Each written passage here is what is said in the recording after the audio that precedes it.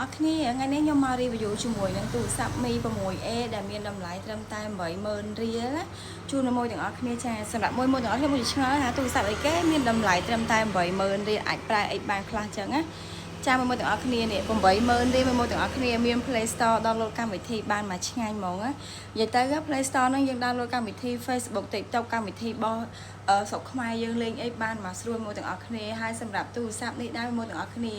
គេមកជាមួយនឹង SIM 2ចាមកជាមួយនឹង SIM 2សម្រាប់អីវ៉ាន់នេះហានិយាយទៅយើងអាចនិយាយបានថាចាគុណភាពមកល្មមប្រើ1 80000 រៀលប្រើ SIM បាន2មាន Play Store មានកម្មវិធីប្រើប្រាស់បានមួយ set អញ្ចឹងណាហើយសម្រាប់កាមេរ៉ារបស់គេវិញគឺមកអញ្ចឹងមួយទាំងអស់គ្នាចានេះគឺកាមេរ៉ារបស់គេអូរៀងកង់ពលឺបន្តិចខ្ញុំថតរៀងកង់ពលឺបន្តិចចាតែកាមេរ៉ារបស់គេអីគឺនៅប្រើប្រាស់បានទាំងអស់មួយទាំងអស់គ្នាកាមេរ៉ាមុខកាមេរ៉ាក្រោយអញ្ចឹងសម្រាប់មួយចង់ទិញទូរស័ព្ទដែលមានតម្លៃសមរម្យណាទិញទូរស័ព្ទមានតម្លៃសមរម្យទុកឲ្យកូនសម្រាប់រៀនអី